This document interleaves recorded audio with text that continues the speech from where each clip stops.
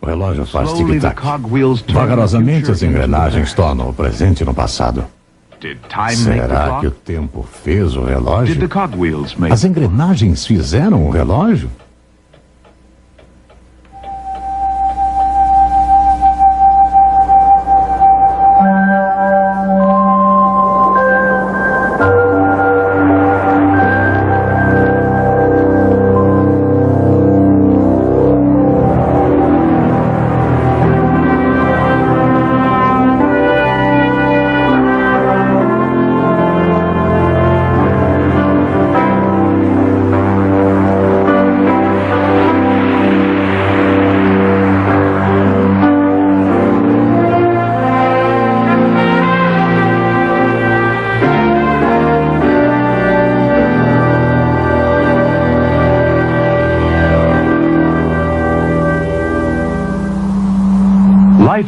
Vida de todo tipo existe no nosso planeta.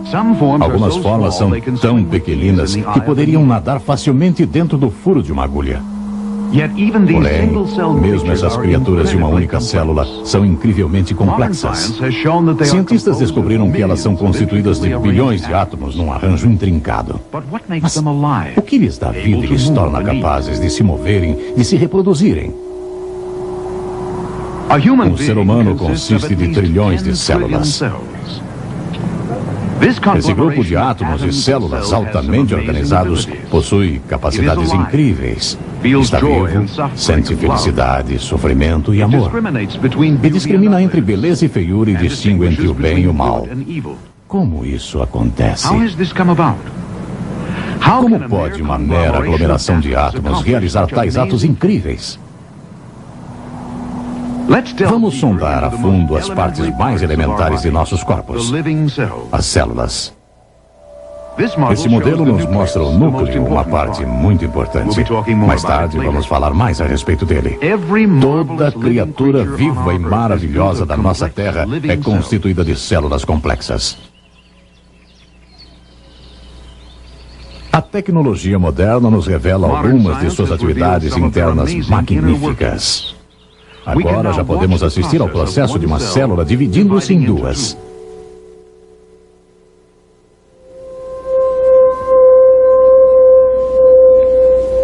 Incrível, não é mesmo? Especialmente quando você se conscientiza de que as células são formadas por moléculas e átomos sem vida. O que as fazem viver? O que é a vida exatamente? O que é a vida? A vida se sustenta sobre a matéria. E a matéria precisa ser altamente organizada para possuir vida. Contudo, existe uma organização química mínima necessária para sustentar a vida. Os materialistas dizem que a vida, por ser formada de átomos, moléculas e reações químicas, é simplesmente química e mais nada. Ora, devemos olhar essa questão cuidadosamente, pois a vida certamente funciona com a química e reações químicas. Mas será que podemos dizer que só porque isso é fato, a vida não é nada além da química? E porque a química acontece por acaso, a vida originou-se por acaso das reações químicas? Aqui está o cerne do mistério da vida, a célula viva. Por sua divisão repetida, nossos corpos foram construídos passo a passo. Incrivelmente, a diversificação complicada das trilhões de células do nosso corpo humano são produzidas de uma única célula, o ovo fertilizado. O crescimento do embrião é algo maravilhoso. Aparentemente surge de lugar nenhum. Complexas células nervosas, pele, músculos, sangue e ossos são formados usando a cópia do projeto armazenada no ovo fertilizado.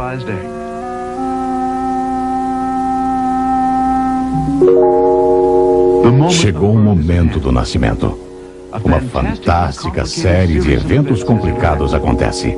Cada um perfeitamente cronometrado para produzir a mais fascinante de todas as conquistas. Um novo ser humano.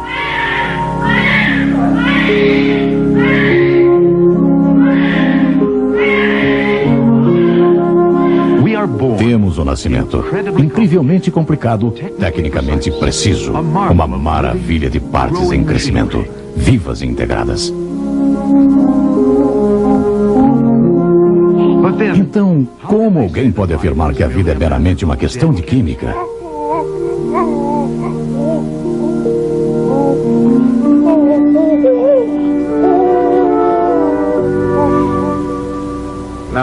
Bem, se a vida consiste meramente de química e nada além da química, a melhor maneira de entender seus potenciais verdadeiros é examinar algumas de suas substâncias químicas. Então veremos que não é meramente uma questão de química. Ora, a importante, quem sabe a mais importante, substância química da célula é a molécula DNA. A molécula DNA é uma molécula química muito comprida que contém toda a informação que faz a vida ser o que é. O DNA determina a cor da pele, determina se você vai ser um crocodilo ou uma couve-flor, determina se vai ser uma ameba ou um macaco, determina as espécies e determina as propriedades da espécie da qual você faz parte, seja ela qual for. Ora, como o DNA faz isso? Existem informações suficientes na molécula DNA de um ser humano para ocupar 1000 livros, cada um com 500 páginas da menor letra de impressão, cheios de informações de como fazer e como manter esse ser.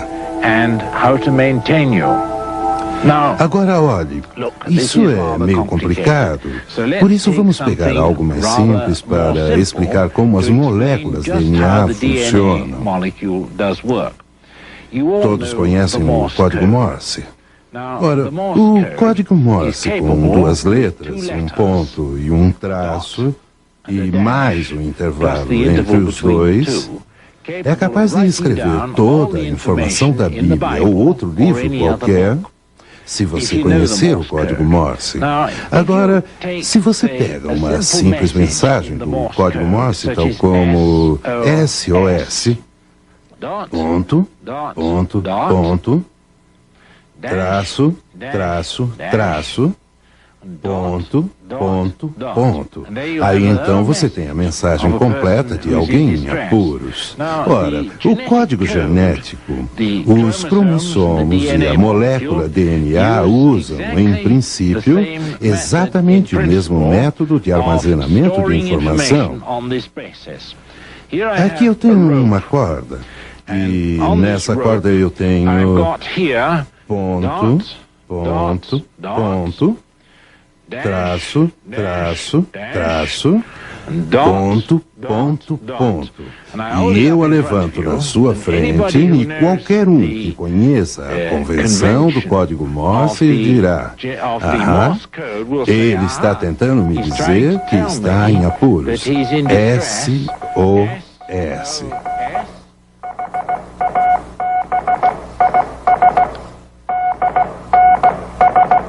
Ora, eu poderia usar qualquer outra sequência que quisesse e poderia usar muito mais corda para pôr em sequência.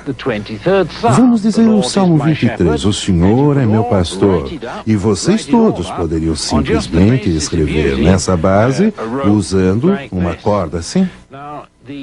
Agora, o DNA não consiste de uma única corda, mas ele consiste de 2 cordas e elas correm paralelamente numa forma espiral. E presas entre elas existem 4 letras, as 4 letras do código genético. E aquelas 4 letras do código genético são simples substâncias químicas.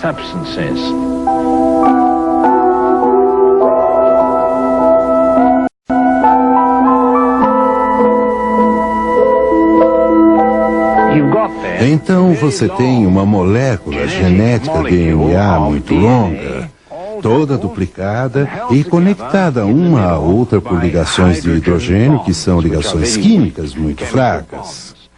E quando uma célula se divide, ela simplesmente se abre como um zíper e uma metade vai para uma célula e a outra para a outra.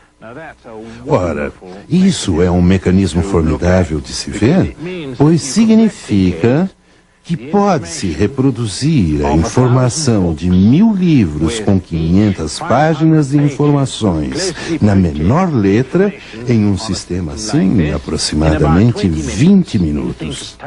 Pense em datilografar a informação de 1000 livros, cada um com 500 páginas em 20 minutos, sem muitos erros.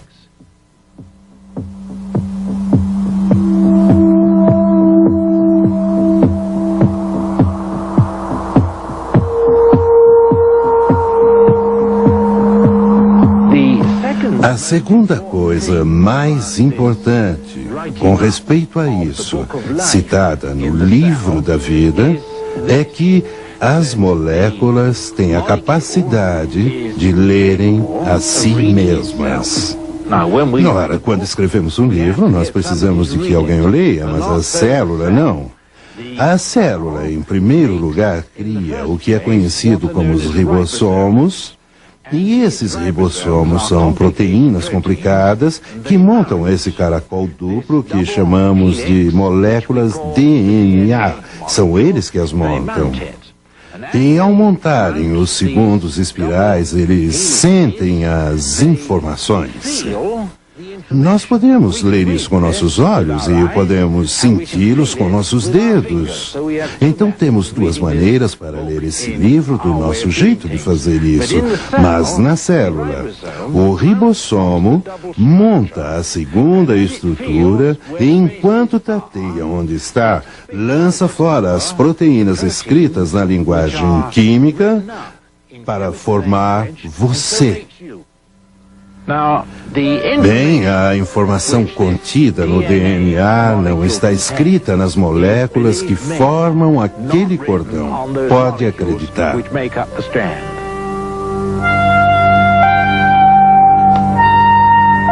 Os bioquímicos descobriram que existem 10 elevado a 87 modos de agrupar os átomos na molécula humana do DNA. De acordo com a teoria da evolução, essa molécula fantasticamente complicada, que é só uma pequenina parte da célula humana, veio a existir por acaso com o tempo, por meio da experimentação. Será que isso pode acontecer na prática? O problema é que só existe uma combinação das 10 elevado a 87 maneiras em que isso funcionaria para a reprodução. Lembre-se que 10 elevado a 87 significa 10 com 87 zeros. A maioria dos evolucionistas dizem que o universo tem menos de 10 a 20 bilhões de anos de idade. Você sabe quantos segundos existem em 20 bilhões de anos? Menos de 10 elevado a 18 segundos. Então, mesmo que uma combinação de tentativas fosse feita a cada segundo por 20 bilhões de anos, não haveria tempo suficiente para se conseguir essa molécula em todos os anos que os evolucionistas dizem que o universo tem. A célula, contendo tamanha química como essa, não foi criada pela pura química das moléculas que as formam. Portanto, eu creio firmemente que existe um autor que transcende o material da matéria dos quais esses cordões foram formados, que primeiramente criou a informação necessária para formar uma célula, então nela escreveu, aí então impôs nela um mecanismo de leitura e execução que a própria célula constrói a partir das informações que o autor nela armazenou na criação. Então eu fico, como cientista, convencido de que a pura química de uma célula não é suficiente para explicar as atividades de uma célula, mesmo que suas atividades sejam químicas. As atividades químicas de uma célula são controladas pela informação que não reside nos átomos e moléculas daquela célula.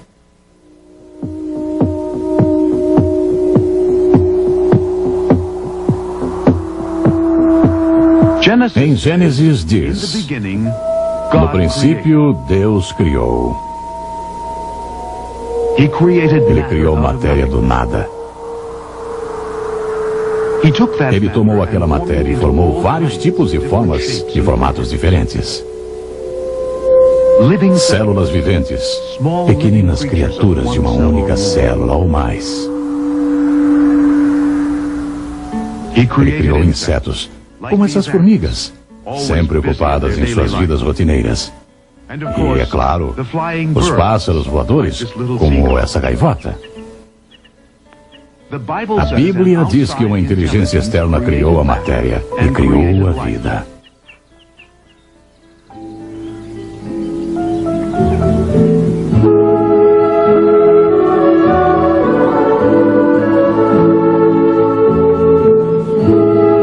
Durante a Idade Média, alguns povos pensavam que os seres vivos frequentemente surgiam de matérias mortas e sem vida. Por exemplo, pensavam que os sapos surgiam do lodo e da lama num brejo e que os vermes surgiam de carne em decomposição. Essa ideia de conto de fadas era chamada de geração espontânea. As pessoas acreditavam que as minhocas, os insetos e muitas outras criaturas tinham sido formadas pelos materiais em que viviam. Um cientista do século XVII tinha uma receita para criar ratos pela geração espontânea. Ele recomendava pegar uma camisa imunda e suada e então adicionar trigo. Então, depois de deixar essa combinação cozinhando por 21 dias, você descobriria que do suor e do trigo surgiriam ratos. Em 1668, um italiano chamado Redi quis saber se a carne realmente era a fonte dos vermes encontrados em carne podre. Ele fez algumas experiências nas quais ele provou que carne podre não tinham vermes, a menos que as moscas pousassem nela. Mas poucos lhe deram atenção. Foi o famoso cientista Francis Pasteur que mais tarde provou conclusivamente que seres vivos nunca aparecem de matéria morta e esterilizada. Em outras palavras, vida sempre surge da vida. Os cientistas estão tão convencidos disso que eles já instituíram isso em forma de lei científica, a lei da biogênese. Porém, o evolucionismo naturalista é baseado na ideia de que a vida teve origem espontânea de matéria sem vida. Isso é acreditado, mesmo quando nenhum exemplo sequer já foi observado desde o nascimento das observações científicas.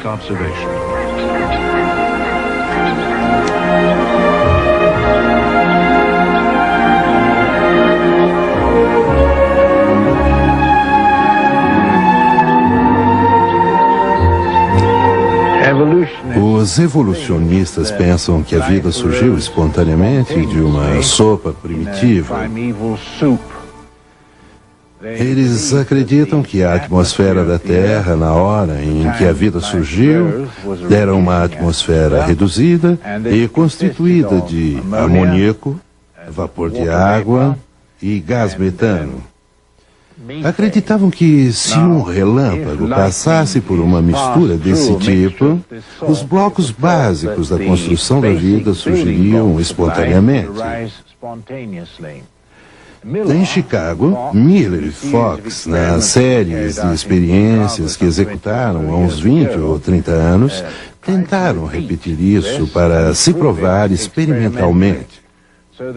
Então, colocaram uma mistura do gás metano, amoníaco e vapor de água e passaram uma corrente elétrica por ela e conseguiram um número de aminoácidos que são os blocos de construção da vida.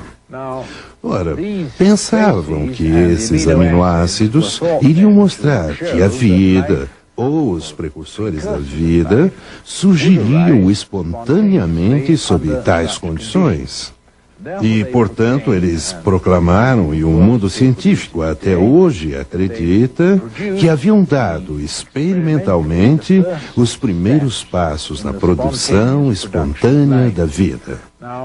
Porém, será esse o caso? Bem, não há dúvida que eles produziram aminoácidos, contudo, será que esses são os aminoácidos que podem ser usados para a vida? A resposta é um notável não, porque a vida necessita dos aminoácidos do tipo esquerdo exclusivamente, e não os do tipo direito para produzir suas proteínas. Considerações semelhantes se aplicam na produção de moléculas do DNA que necessitam ter exclusivamente moléculas direitas e não esquerdas. Ora, a vida não poderia usar essas misturas porque a química estéril não é correta. Notoriamente esse é o caso, porque como eles produziram uma mistura racêmica, a vida não poderia surgir espontaneamente numa sopa primitiva desse tipo. A química estéril está errada.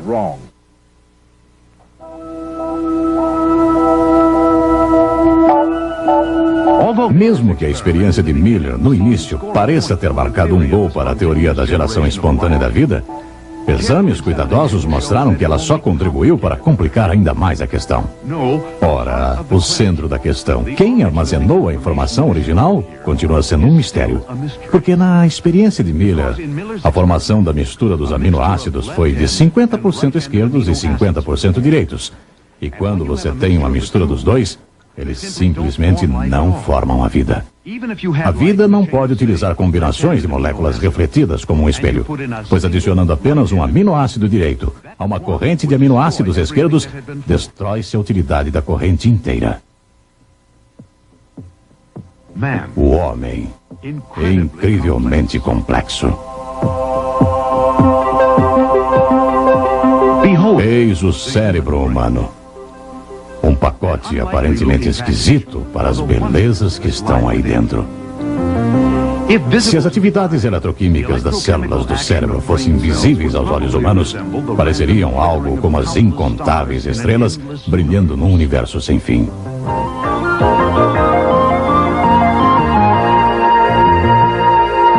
As células do cérebro, as 10 a 100 bilhões delas, formam trilhões de interconexões. E elas são tão maravilhosamente compactas em seu desenho que a área do cérebro que está aqui, sendo ilustrada, é literalmente menor que um grão de areia.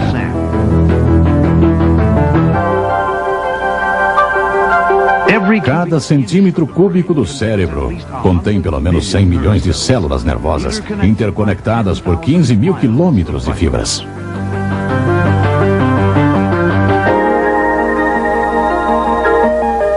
Já foi dito que esse 1,5 kg de cérebro do homem é o arranjo de matéria mais complexo e organizado de todo o universo.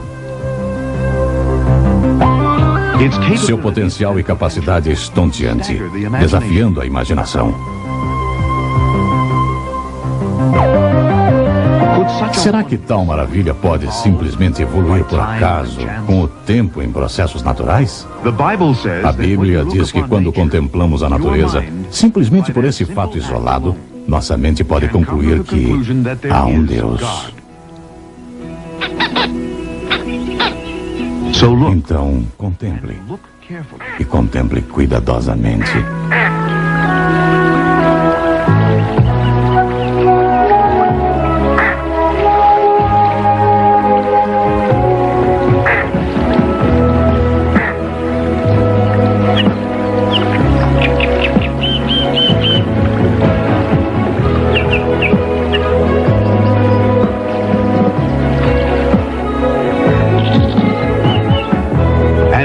Disse Deus, produza a terra seres viventes, conforme a sua espécie, animais domésticos, répteis e animais selvagens, segundo a sua espécie. E assim se fez. Os animais domésticos, segundo a sua espécie, e todos os répteis da terra, conforme a sua espécie.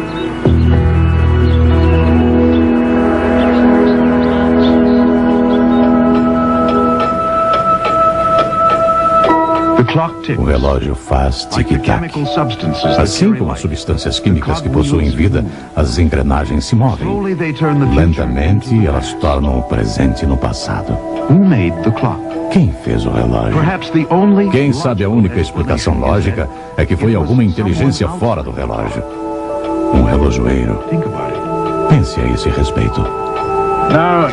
Você se lembra que no início do nosso programa vimos um modelo da molécula DNA e descobrimos que ela tem que estar em ordem, assim como um livro, para poder armazenar informações e fornecê-las novamente de modo que a vida possa ser formada. Bem, essa informação não reside assim em matéria inorgânica.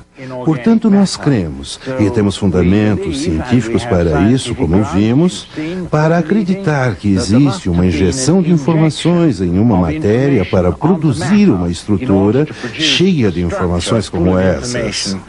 Isto é, há um ato de criação instruindo a matéria em como construir uma célula. Portanto, o homem que acredita na criação não fica nem um pouco perturbado se um bioquímico consegue num laboratório pegar as menores partículas de terra, o pó da terra, a química da terra e com seu espírito organizar e trazer à vida um vírus ou, quem sabe, com o decorrer do tempo, uma célula primitiva. Para realizar isso, ele está injetando inteligência em uma matéria. Ora, quando vemos a beleza da natureza ao nosso redor, aqui está uma pequena flor. E quando nós nos conscientizamos que tudo cresceu de acordo com informações injetadas das matérias, segundo o que temos verificado, só nos resta ficar de boca aberta, pasmos e admiração pela sabedoria do Criador, que primeiramente teve o bom gosto de criar tudo tão lindo e também teve a capacidade técnica de fazer isso.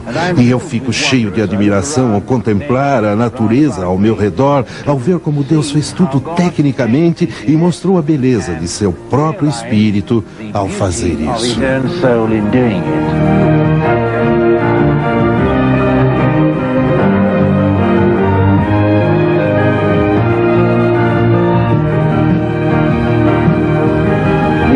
As escrituras são perfeitamente claras, e isso se encaixa perfeitamente bem com minha ciência, que aquele que fez isso chamou-se a si mesmo Logos, e aquele Logos era Jesus.